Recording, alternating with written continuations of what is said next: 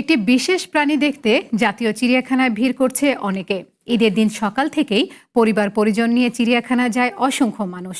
তাদের আগ্রহের কেন্দ্রবিন্দুতে পরিণত হয় সামাজিক যোগাযোগ মাধ্যমে আলোচিত একটি মহিষ, যার নাম ডোনাল্ড ট্রাম্প। নারায়ণগঞ্জ শহরের পাইকপাড়ায় জিয়াউদ্দিন মৃধার খামারে লালন পালন করা অ্যালবিনো জাতের এই মহিষটার চুল ও চোখ দেখতে অনেকটাই আমেরিকার প্রেসিডেন্ট ডোনাল্ড ট্রাম্পের মতো। এ কারণে এর মালিক মহিষটির নাম দেন ডোনাল্ড ট্রাম্প।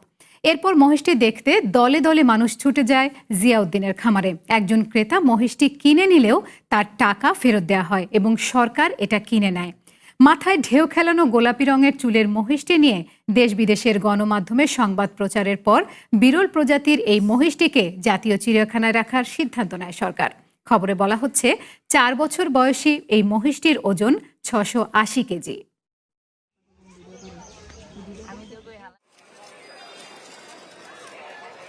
চিড়িয়াখানার পক্ষ থেকে স্বাগত।